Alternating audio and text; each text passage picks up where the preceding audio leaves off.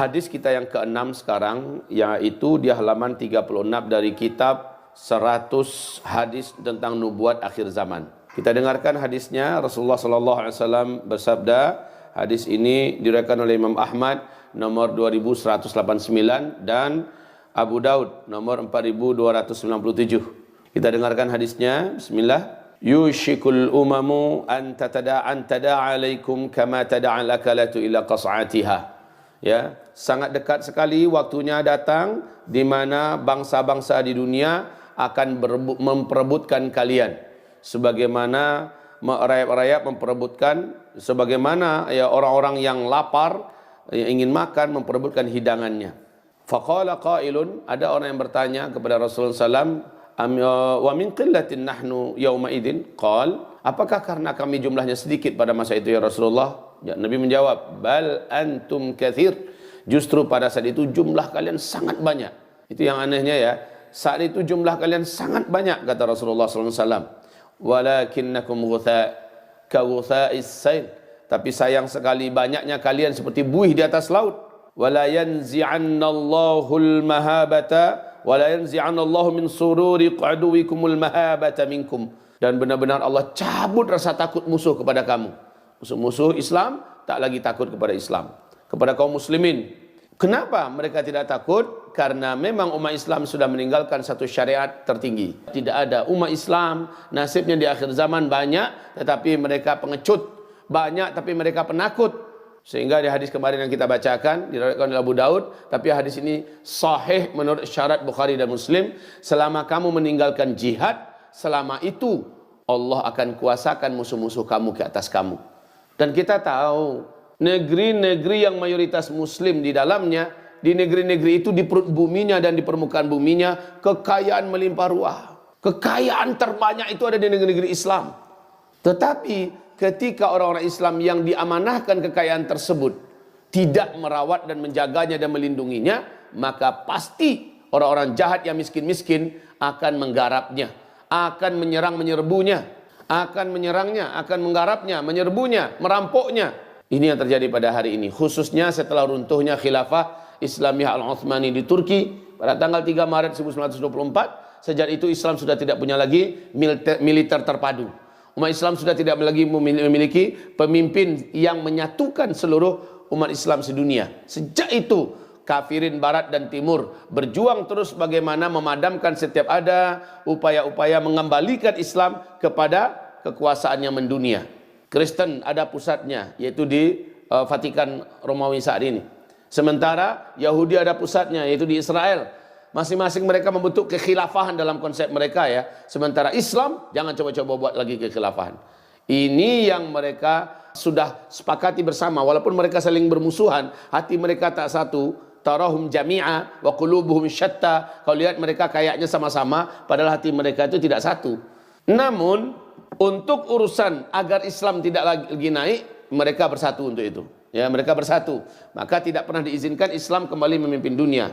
Tapi baiknya, alhamdulillah dalam surat An-Nur ayat 55 Allah berjanji, Allah akan kembalikan kamu bisa memimpin lagi seluruh dunia. Itu janji Allah. Nah, sebelum janji ini kembali, masa-masa itu umat Islam mengalami hadis ini, dan hadisnya yang terasa sekarang, sehingga perang dunia 1, perang dunia 2, dan sebentar lagi perang dunia ketiga, seluruhnya orang-orang kafir yang berperan di sini. Umat Islam hanya menjadi ajang bantaian.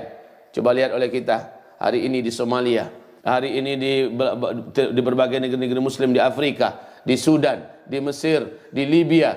Lihat pada hari ini negeri-negeri Arab di mana pemimpin-pemimpinnya sudah kufur secara pemikiran, ya kufur secara keyakinan, dan mereka ini sudah menjadi corong-corongnya kafirin, baik kafirin timur ataupun kafirin barat. Kita lihat bagaimana umat Islam hari ini benar-benar digerogoti, diperebutkan, sementara umatnya sendiri kalau bisa dibantai. Kenapa mereka begitu semangat? Satu saja alasannya. Sementara alasannya bagi mereka, bagi pihak musuh-musuh Islam itu ya, bahasa mereka adalah memerangi terorisme. Ini bahasa-bahasa mereka. Kata mereka ini adalah karena perbedaan pendapat, karena perebutan kekuasaan, bermotif politik, ini karena ekonomi dan sebagainya. Padahal yang benar adalah mereka benci karena kita Muslim. Itu intinya. Mereka benci karena kita Muslim. Oh, karena mereka ingin merampok kekayaan kita. Itu bahagian di bawah payung kebencian mereka kepada Islam. Hal ini dibongkar oleh Allah ya dalam Al-Quran, surat Al-Buruj, surat 85 ayat 8. Allah berfirman, wa ma naqamu minhum illa ayyuminu billahil azizil hamid. Yang menyebabkan mereka benci dan ingin menghancurkan kamu karena kamu beriman kepada Allah Subhanahu wa taala, karena kamu orang Islam. Dulu waktu peristiwa berdarah Bosnia Herzegovina, masih ingat gak kita? Apa kata pemuda-pemuda Bosnia itu? Apalagi sih yang kurang? Kami udah seperti mereka persis. Pakaian kami, rambut kami, dandanan kami, gaya hidup kami. Bahkan kami hampir tidak lagi sholat. Kami tak pandai baca Quran. Kami minum mabuk-mabukan seperti mereka. Bahkan kami ikutan Natalan dengan hari-hari Natalan mereka. Tapi mereka masih membantai kami. Saat mereka menyiksa dan membunuh, memperkosa wanita-wanita kami, mereka katakan, kenapa kamu Muslim? Itu aja masalahnya. Kenapa kamu Muslim? Jadi ternyata benar apa yang difirmankan oleh Allah Subhanahu wa taala di dalam Al-Qur'an surat Al-Baqarah surat 2 ayat 217. وَلَا يَزَالُونَ يُقَاتِلُونَكُمْ حَتَّى يَرُدُّوكُمْ عَنْ دِينِكُمْ إِنِ اسْتَطَاعُوا. Mereka semuanya kafirin itu, Yahudi, Nasrani, non-agama, seluruh mereka bersemangat untuk terus memerangi kamu. Tujuannya apa? Hatta yaruddukum, sampai mereka bisa membuat kamu murtad dari agamamu. Jadi kalau kita pindah agama baru mereka tenang. Kalau kita udah pindah dari agama Islam kepada agama mereka, baru mereka akan memerangi lagi. Jadi prinsip permusuhan itu hanya satu saja, karena kita Muslim. Selama kita Muslim, maka mereka tidak akan pernah membiarkan kita. Seperti firman Allah di surah Al-Baqarah ayat yang ke-120, walan tardo angkal yahud walan nasara hatta tattabi'a millatahum. Yahudi, Nasrani tak akan pernah senang dengan kamu. Jangan mimpi Yahudi Nasrani itu akan senang dengan kamu. Jangan mimpi. Mereka senantiasa berpikir, bergerak, berjuang, habiskan semua potensi yang mereka miliki. Makar siang malam mereka, semua yang mereka kuasai, mereka gunakan untuk bisa memurtadkan kamu dari agama kamu. Untuk bisa memurtadkan kamu dari agama kamu. Jadi itu prinsip mereka, orang kafir itu. Nggak bisa dengan cara merusak dengan pemikiran, dengan hiburan, dengan mainan, dengan makanan. Nggak bisa, ya sudah, diserang betulan. Ini yang mereka terus lakukan, dan Allah Subhanahu wa taala sebagai sang pencipta skenario langit dan bumi membeberkan ini. Maka kita jangan sampai terbawa isu-isu di mana ada ustadz-ustadz yang sok jago di Indonesia ini, kiai-kiai atau buya-buya yang sok hebat di Indonesia ini, baru bergelar doktor dan sebagainya. Mereka sudah berani mengatakan itu yang ada di Suriah itu adalah teroris, yang ada di Palestina itu adalah teroris. Ini mulut-mulut bau seperti ini, mereka tidak segan-segan mengatakan bagaimana upaya mempertahankan kehormatan Islam, kehormatan daging, darah, dan nyawa orang-orang beriman. Mempertahankan tanah air dianggap sebagai teroris, sementara penjajahnya enggak teroris. Itu kan terlalu itu. Itu kan keterlaluan. Yang menjajah, yang membantai, yang menyiksa, membunuh, memperkosa, merampok, merampas, bukan teroris. Yang teroris siapa? Rakyat ingin membela diri, rakyat ingin membela agama, rakyat ingin membela kehormatan tanah air. Itu teroris itu. Itu bahasa yang selalu dipakai oleh Israel kepada mujahidin Hamas. Mujahidin Hamas itu teroris. Itu bahasa yang dipakai oleh penguasa Hindu di Myanmar sana. Mereka katakan orang-orang yang bangkit sekarang ini, bangkit dengan selera dan semangat jihad, teroris. Itu yang dipakai oleh Cina kepada Xinjiang. Siapa saja pemuda-pemuda Xinjiang yang mau membawa kembali ruh Islam dianggap teroris. Padahal jutaan umat muslim di Xinjiang disiksa dalam penjara tanpa batas waktu, tanpa persidangan. Bahkan organ-organ tubuh mereka hari demi hari dibedah, diambil, dan mayat mereka dicampak dengan hina. Sementara orang Islam yang ingin menjaga izahnya, hartanya dan nyawanya dianggap teroris. Itu bahasa mereka. Dan bahasa itu adalah bahasa Fir'aun. Saat Fir'aun berkata, Musa itu teroris, kata Fir'aun. Dharuni aqtul Musa wal yad'u rabbah. Inni akhafu ayyubaddila dinakum au ayyudhhira fil ardil fasad. Musa ini pembuat kerusakan muka bumi. Musa ini jahat, Musa ini teroris. Itu bahasa Fir'aun. Dan bahasa ini terus berulang-ulang dan terus berulang-ulang. Jadi hadis ini sekarang ini sedang jalan. Hadis ini sedang berjalan di mana umat sedang diperebutkan oleh bangsa-bangsa di berbagai belahan bumi, di mana saja berada. Selama umat Islam meninggalkan jihad, selama itu Allah hinakan umat Islam ini. La yanzi'uhu hatta tarji'u ila dinikum. Kata Rasulullah dalam hadis riwayat Abu Daud. Allah takkan cabut kehinaan ini, di mana Allah kuasakan musuh-musuh kamu atas kamu. Allah jadikan musuh-musuh kamu memimpin kamu, merampas kamu, menghalangi hak-hak syariat Allah untuk kamu terapkan. Allah takkan hindarkan, takkan cabut kehinaan ini hatta tarji'u ila dinikum, sehingga kamu kembali kepada din kamu. Syekhul Islam Ibnu Taimiyah menjelaskan yang dimaksud dengan tarji'u ila dinikum, din di sini adalah jihad, sampai kamu kembali berjihad. Ya, kalau umat ini kembali berjihad, dan alhamdulillah ya, kemunculan Imam Mahdi nanti membawa payung jihad. Maka bersama Imam Mahdi dikembalikan semua izzatul Islam wal muslimin. Bersama Imam Mahdi kembali bara jihad itu benar-benar dinyalakan sebesar-besarnya. Sekarang bara itu biar tersimpan dulu dengan tenang dalam hati kita tanpa dibiarkan meletus. Kapan meletusnya? Saat kita sudah dipanggil oleh Allah Subhanahu wa taala untuk maju paling di depan membela agamanya bersama Imam Mahdi, atau sebelum kemunculan Imam Al-Mahdi bersama pemimpin-pemimpin yang saleh. Selanjutnya, wala yaqdhifannallahu fi qulubikumul wahan. Lalu pada saat itu Allah benar-benar akan campakkan ke dalam hati kamu wahan. Faqala qail, bertanya lagi orang, wa mal wahnu ya Rasulullah? Apa itu wahan ya Rasulullah? Rasul menjawab, qala hubbud dunya karahiyatul maut. Cinta dunia dan takut mati. Itu yang wahan. Cinta dunia. Urusannya ngapain? Bisnis. Kelola ternak. Kelola perkebunan.